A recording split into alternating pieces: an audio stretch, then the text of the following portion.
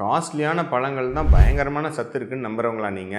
உங்களுக்காக தாங்க இந்த காணொளி. நிறைய பேர் நம்ம ஊரில் இப்போ காஸ்ட்லியான பழங்கள் kiwi, avocado, dragon fruit, passion fruit இதெல்லாம் வாங்கி சாப்பிட்றாங்க. கிலோ 300 ரூபாய் 400 ரூபாய் வருது.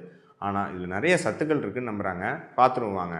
ஸோ காமனாக 4 பழத்துக்கு 4 சத்து, அதை விட சூப்பராக நம்ம ஊர் பழங்களில் கிடைக்கக்கூடிய விஷயங்கள் கம்பேர் பண்ணுறேன். ஸோ கிவி பழம் நிறைய பேர் வந்து பார்த்திங்கன்னா விட்டமின் சிக்கு சூப்பர் அப்படின்னு சொல்லுவாங்க. ஸோ கிவியில் 100 கிராமில் உங்களுக்கு கிட்டத்தட்ட 90 மில்லிகிராம் விட்டமின் சி இருக்குது. ஆனால் இதோட விலை 300-400 ரூபாய் கிட்ட.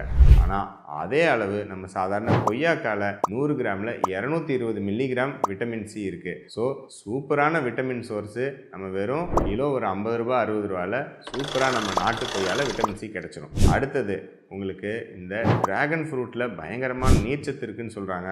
ஆனால் அதை விட அருமையான நீர்ச்சத்து நம்ம சாதாரண தர்பூசணி பழத்தில் இருக்குது, மிக குறைவான விலையில் இருக்குது. அவகேடோவில் பயங்கரமான உங்களுக்கு நார்ச்சத்து இருக்குது அப்படின்னு சொல்கிறாங்க. ஆனால் அதை விட அதிகமான நார்ச்சத்து உங்களுக்கு நம்ம சாதாரண வாழைப்பழத்தில் மிக மலிவான விலையில் கிடச்சிரும். அவகேடோவில் மெயினாக மோனோ அன்சாச்சுரேட்டட் ஃபேட்னு சொல்லக்கூடிய ஆரோக்கியமான கொழுப்பு இருக்குன்னு சொல்லுவாங்க. அதே அளவு சூப்பரான மோனோ அன்சாச்சுரேட்டட் ஃபேட்டு நம்மளுடைய வேர்க்கடலையில் கிடச்சிருங்க.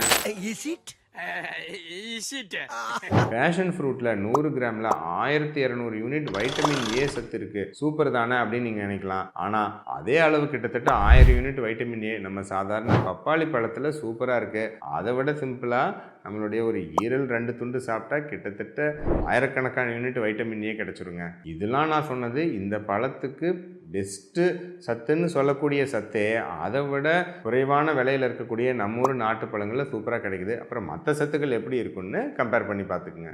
காஸ்ட்லியான பழம் சாப்பிட்டா தான் பயங்கரமான ஆரோக்கியம் அப்படின்னு நம்புகிறவங்களுக்கு இந்த காணொலியை கட்டாயம் ஃபார்வர்ட் பண்ணுங்கள்.